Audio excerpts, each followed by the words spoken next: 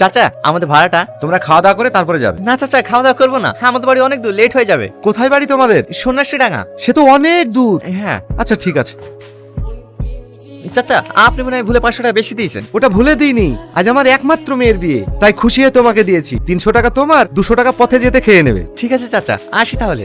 চাচা চাচা, সালমাকে বাড়িতে কোথাও খুঁজে পাওয়া যাচ্ছে না। ও মনে হয় অন্য কোনো ছেলের সাথে পালিয়ে গেছে। কি বলছিস তুই? হ্যাঁ আমি ঠিকই বলছি। চ চ চ।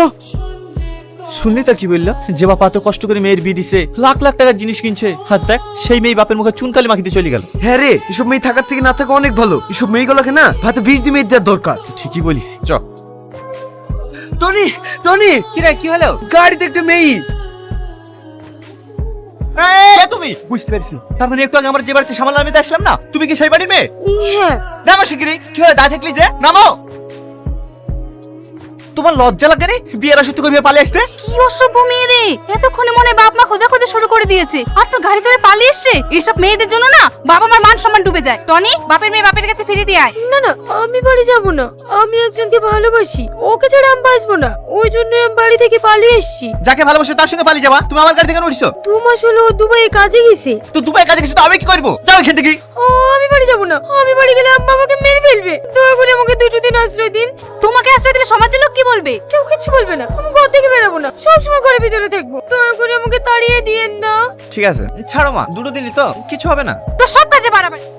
বাড়িতে কেউ আছেন? কি ব্যাপার স্যার, আপনারা? আপনার ছেলে কোথায়? কেন স্যার, আমার ছেলেকে কোনো অন্যায় করেছে নাকি? আপনার ছেলেকে ডাকুন, তাহলে বুঝতে পারবেন। টনি টনি, বাবু একটু বাইরে আয় তো।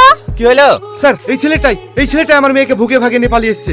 না স্যার, আমি কাউকে ভুগে ভুগে নিয়ে আসিনি, ও নিজের ইচ্ছা আমার সাথে এসেছে। বল, যে মেয়েটাকে ভাগিয়ে নিয়ে এসেছে সে মেয়েটা কোথায়? স্যার আমি সত্যি বলছি, বিশ্বাস করে, আমি কাউকে নিয়ে আসিনি। ও মিথ্যা কথা বলছে স্যার। ও আমার বাড়িতে সামাল নিচার বাহানায় আমার মেয়েকে ভুগে ভাগে নিয়ে পালিয়ে এসেছে। সত্যি করে বল, মেয়েটা কোথায়? স্যার আপনি বিশ্বাস করেন, আমি সত্যি কথাই বলছি। আমার মিথ্যা কথা? দাঁড়ান ইন্সপেক্টর, আপনি কোন অপরাধে ওর গায়ে হাত দিচ্ছেন? ও একটা বড় লোকের মেয়েকে কিডন্যাপ করে নিয়ে এসেছে। মিথ্যা কথা, ও কাউকে কিডন্যাপ করে নিয়ে আসে। আর সেই মেয়েটা আমি, যে স্ব ইচ্ছায় ওর সাথে এসেছি। আর একটা কথা, আমি তো নাবালিকা নই, তাহলে কোন অধিকারে ওর গায়ে হাত দিচ্ছেন? Sorry madam. দাঁড়ান স্যার, ওদের কিছু বলবেন না?